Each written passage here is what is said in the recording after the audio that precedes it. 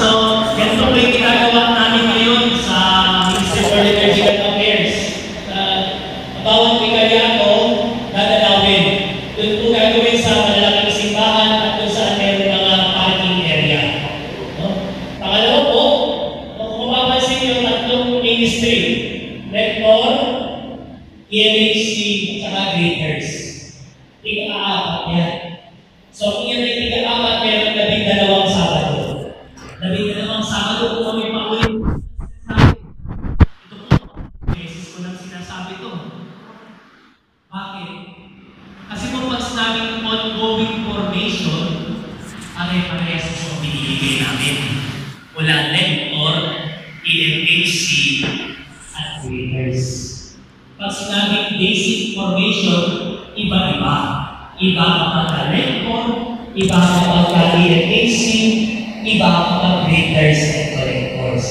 Basic formation. Since kayo tapos na doon, nasa ongoing formation na kayo.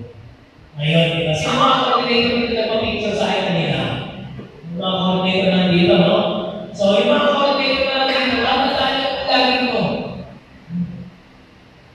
Kung last year, sa ongoing formation, meron ng 4 na dahilan ng member nila. Hindi ako makakanin. Kasi di ba may trabaho ko. Pangalawa, may nagkakak ko, baka mahawa kayo. Pangatlo, kailangan kami ng pamilya eh. Pang-apat, may hangover na. O ngayon, sabihin ko, o kapatid, sabi ni Father Robby, meron pa mga susunod at sa mga susunod pa. So, in short, kung meron hindi naka-attend kayo, pwede pa sila po-attend next week. Kasi may 4 pa. So, sino alam ang kasama nila? Greeters and Collector. Ayan, no? Liwanag po. So, walang rason para hindi makadalo yung member nyo. Bakit? Sinabi namin yung basic formation ay kailangan mag-undergo ng formation. Ang bawat miyembro. Kasi kung ayaw umatin ng formation, mga coordinator, pakitanong, dedicated ka ba sa Panginoon? Kasi kung hindi ka willing mag-undergo ng formation, sabi mo, eh si Father nga nag-undergo ng formation eh. Tayo pa kaya. Ito po naman po, kami po mga pare, meron din kami ongoing formation. Yung 5 araw din wala sa parokya nyo. Yung 5 araw din wala sa parokya. Tapos kayo, nagpapakasaya, wala si Father sa wakas! Kaya titignan niyo po, sino po dito hindi EMHC? Taas na po ang kamay, hindi ko kayo tatanungin kung saan pa kayo. Taas na po ang kamay. O yan, may mga kumabin. Ibig sabihin, dedicated din sila umaten. Bakit? Yun nga lang, sorry naman po, kasi yung maririnig niyo po sa Sabado ito ay patungkol sa EMHC na magagalit mo sa akin. Pero yung sa susunod po, kay Sir Carlos, kung ano yung binibigay namin para sa lahat. Kasi yun ang tulo ng simbahan. At least, masasabi ko, pare-pareho na tayo na pinagdadaan ng formation. Pare-parehas tayo na tinatanggap na formation. Hindi iba ang LCM, hindi iba ang EMAC, hindi iba ang Greeters and Collector. Kaya nga, sinabi ko rin, Father ako, member ako ng EMAC, member ako ng Greeter and Collector, member din ako ng Lector. Kailangan pa atan ko lahat yun. Kaya nasabi ko isa lang kasi pare-pareho. Kung gano'n ka kasipag, member ka ng tatlo, salamat pa atan mo. Pero ka lang, tatlong ID, tatlong certificate ang makukuha ko. Diba? Ano pa? Last year, di ba, matatanda niya sa mga formation, pinanibigay namin yung tinapay, na hindi nyo naman kinakain. Luhugin sa mga apo nyo, mga anak nyo, bata. Kasi may yaman kayo, pagdating sa aura, maraming kain naman, Jollibee, KFC, Pacto. Okay, napamigay sa market, pamasa. Kasi tumatawid din ako dun eh. Pagkawala-wala. Bakit sa market, Father? Kasi marami kong kakilala doon na nagtitinda eh. Hindi alam, hindi siya nagtitinda sa tindahan, mga kaloob na lang eh. Kaya minsan na, underwear, kailangan mo. Kapit, pagkain ang kailangan mo. So mga kapatid, hindi na ito kami bibigay ng pamilya na sa inyo pagkatapos. Bakit? Ito po ang matatanggap ninyo. Meron kayo certificate, may ID at commitment cross. With us.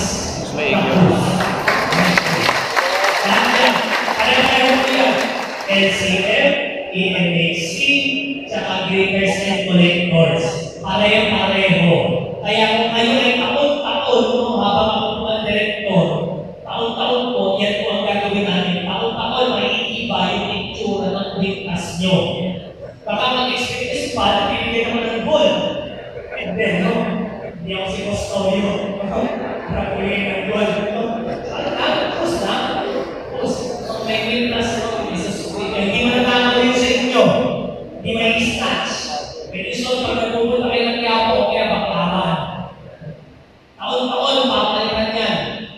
At sigurado po ako, pinaspasan ko yun bago ko ipamahagi sa inyo. Kasi pwede nyo po yung isuot pag mag-iikot kayo. Kasi may iba po sa amin, katalang Father po, pwede namin isuot. No, di ba dati meron kayong mood? Nandito na pinapasuot. Dati meron yung may patch.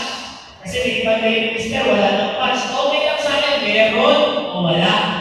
Okay lang sa akin, meron o wala. No? Ngayon pala, kapag nabigay na sa amin yung mga cross, yun ang pwede natin isugit. Pwede po, bahala po kayo. Personal nyo po yun. No, yun, i-report sa akin kung kailan isusuot. No, matatalino po tayo lahat dito. At alam niyo po kung saan sinusuot yun. Baka mamaya sa ibang makita na suot yung pintas na yun. Sa basta suot yung pintas. Pasa sa ulo, di ba? Baka mamaya kasi ginagawa niya sa braso eh. So, maliwanag po, no?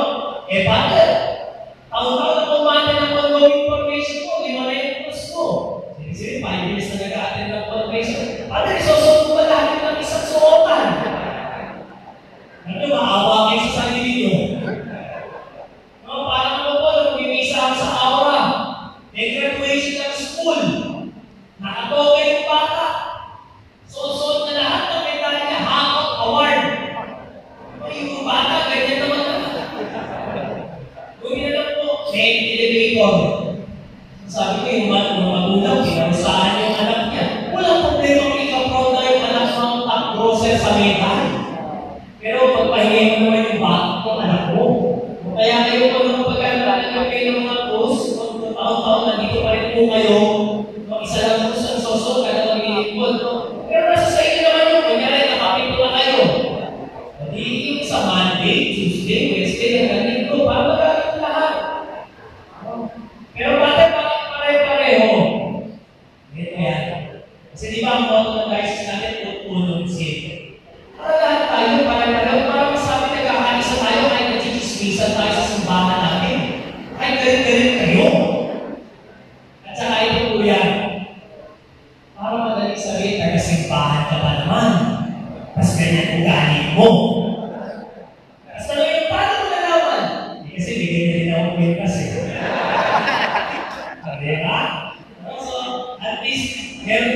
something to look forward. Ngayon po yung certificate. At doon po kami nakapirma. Yung dati si Father Robilan at yung Parish Priest. Ngayon po pati si Bishop nakapirma na. Bakit? Wala na magagawa yung mga nagre-reklamo sa inyo. Kasi nag-attend kayo ng formation, yung mga Bishop. Pero kapag hindi naman kayo pinadala dito ng pari niyo, wala kayo sa recommendation letter, wala kayong matatanggap. Kasi siyempre, nagaya na po natin kailangan natin yung pangalan nyo sa recommendation letter. Maliwanag po? Ito po napansin ko lang sa mga parokyang pinupuntahan ko po. Ang tawag po sa atin, Extraordinary Ministers for Holy Communion. EMHC for short. Maliwanag po. Hindi po na minister. Hindi po na minister. Bakit? Sa PPC meeting, lagi po narinig yan. O yung mga minister, pinagpapala yung scaffolding. Minsan nitamay namin sila. Sabi ko, oh sister, brother, ikaw minister ka rin eh. Kasi lahat po, lector, EMHC, leaders, sa Kristano, wala ka lay minister. Specific na po yung tawag sa inyo. EMHC. So, sunala po kayo, hindi na po tawag sa inyo. Huwag na kayo papatawag na lay minister, ha? Yung grupo nyo, hindi minister na tawag. EMHC. Liwanag po. Baka isipin nyo, ano pwede na babae? Kasi kahit na meron mga babae, hindi po. Kolektor po yung mga yun. Nag-advance party lang po yung mga kaibigan ko. Nag-advance sila. Kasi baka hindi sila pwede. So, yun po ha, tandaan natin. EMHC po tayo, hindi po tayo lay-minister. Maliwanag po? Next po, tandaan natin, no? Yung unang-una sa pangalan ng minister, extraordinary minister. Bakit? Totoo naman po, extraordinary tayo. Sino po ba ang ordinary minister for Holy Communion? Mga ordain. Mga pare. Nagyako. Bispo. Sa lupa pa. Tayo extraordinary. Tandaan po natin, extraordinary tayo. Hindi lahat na ginagawa ng pare pwede yung gawin. Bakit? Totoo, nahuli ko. Nahuli ako sa video. Kasi sinasabi ko, kapag naka-Facebook live yung mga misa nyo eh. Ang hilig-hilig yung mag-Facebook live ng mga misa nyo eh. Kaya lahat ng mga supply nyo, nakikita eh. Nagpe-trending tuloy kayo. Hindi dito, sa ibang bigay. Saan parokya pa ito? Chismoso. Ang ginawa Father, kapag tungkol yun, di ba? Kami mga Father, pumipila. Kasi kukuha kami ng body of Christ, isasawsaw namin sa kalis para magkaroon ng blood of Christ. Maliwanag po. Ano po kami kapag celebrant? At nakapila po kami. Mga pare. Nagulat po ako, meron isang EMHC nasa likod ng pare. Ang gagawin? Dumukot sa Siborium, muntik na. Ang ganyan na lang yung pagitan ng talirin tsaka ng body of Christ. Buti na nakita ako, sabi ko, brother, hindi po kayo pare. Pare lang po ang gagawa niya. Ay, ganun po ba? Hindi ganun po. Sa isip-isip ko, siguro nasabi naman, tagay mo na dito eh. Ngayon lang ako sinaway ng ganito.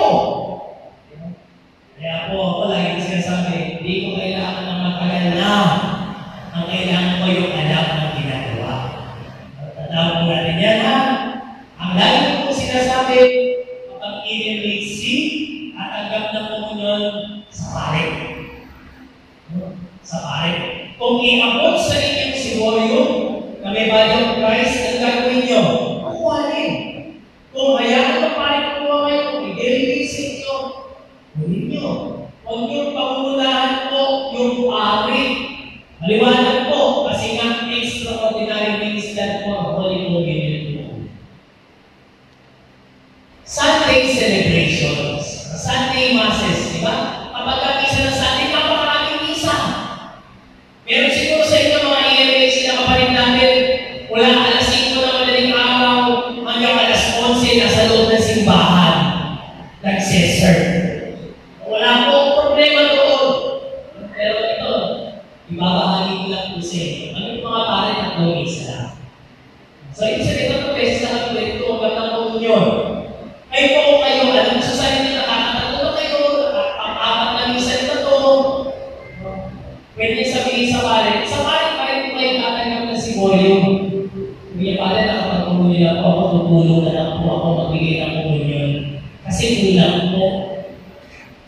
Maliwanag po ba?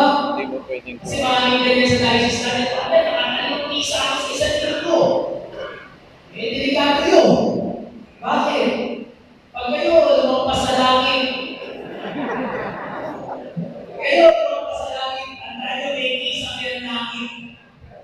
At kapag kayo naman kung sabi-sabi sa nagbagsak nyo, di pa lang. Baka magbandi kayo nasa ilalim ni San Miguel. Bakit sino ngayon? Yan po, tandaan natin yan pwede sabihin niyo sa mga kapatid. Liwanag po. Yan, ha? Para sa lahat ko na lingkod yan.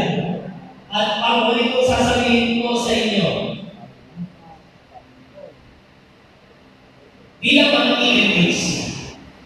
bilang mga EMH, sa ating po magsisimula ang malalim na paggalang sa Blessed Sacrament. May nakikita ko kasi ako, una, may mga EMH po na akala na pwede sila mag-expose ng Blessed Sacrament. Hindi po. Pari po.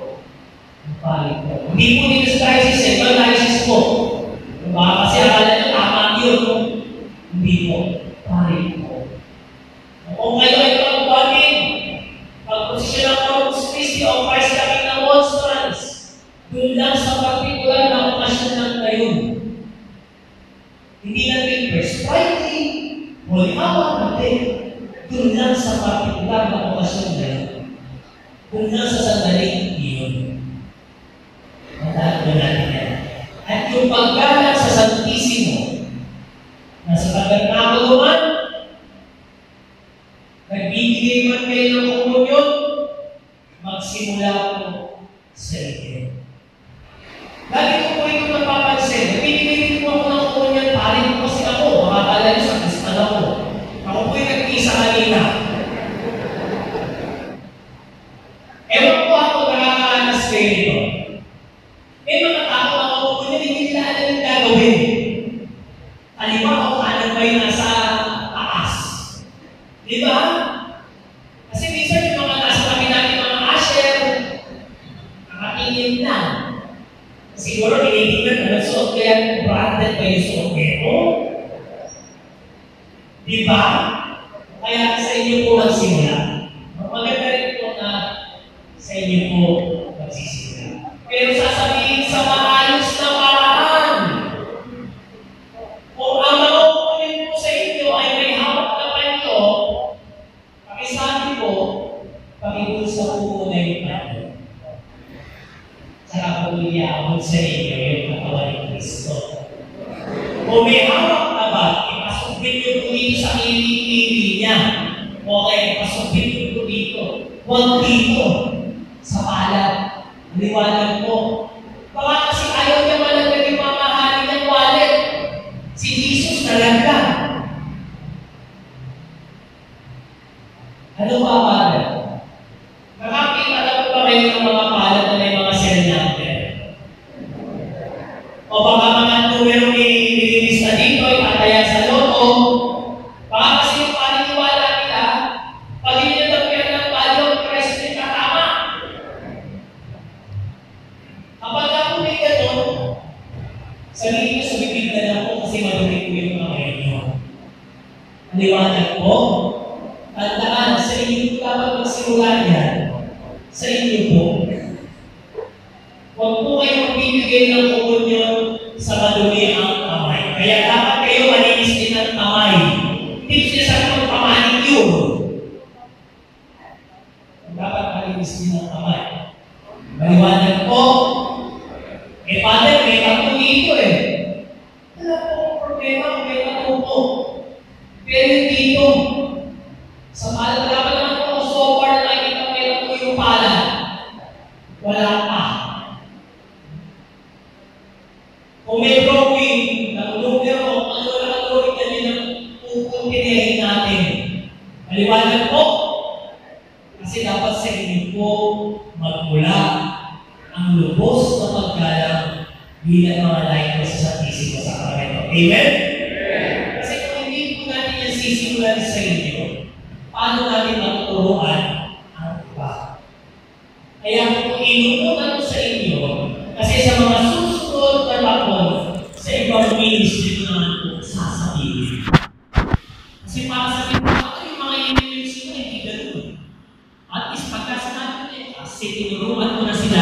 kaya dapat nakasunod natin. Wala pong masama magbigay ng komunyon sa bibig. Wala pong masama magbigay ng komunyon sa mga tao gusto na nakalood sila. Basta dapat maayos. At maayos din po ang pagkakusap ko sa kanila. Maliwanag po. Ngayon po, gaya po na nabanggit ko kanina, sa po yung mga paalala ko, pupunta na po tayo sa ating mga kailangan pag-usapan. May nagbanggit po kasi sa akin, sabi na sa akin, Father, kailan magpapalit ng diocesan coordinator at vicariate coordinator? Wala po akong gagawin dito. Wala po. No, kasi po ako po, pag si Father Robby po, kayo pag-usap sa mga coordinator po at mga pari po. No? Ngayon po sa mga vicariate coordinator na existing, wala akong problema sa akin. Bakit? Kaya ko na siya sabi ko, may proper time for them to be recognized. No, kasi they were during the time of Father Daniel. Sa time ko po, wala naman po akong gano'n pa. So, I will recognize them for the number of years that they have served as vicariate diocesan coordinators. So, sa mga existing coordinators na nandito ngayon, walang problema po. Maliwanag po. Ngayon po, kung papalitan kayo bilang coordinator ng parish nyo, just update din po ang aming opisina. Maliwanag po. Maraming salamat po. At kaya po na pinagin ko kanina, LCM, TMHC, Greeters and Collectors, iisa lang po ang topic natin. At yung topic po natin ngayon ay doon sa dokumento na nilabas ni Pope Francis patungkol sa pagbabasbas, yung Fiducia Supplicans. Father, yung pwedeng mag-bless ng boy to boy, girl to girl. Diba? Kasi hindi na rin nyo sa media, sa Facebook. Diba? Nakakita kayo mga nagbabasbas ng parehas. Pero hindi pala yun. Hindi pala ganun ang ibig sabihin. Kaya kami narito, kami nagbabasa para sa inyo. Para ipaunawa sa inyo ang sinasabi. Hindi yung ganun na kayo nakatulog sa Facebook, sa TV, sa YouTube.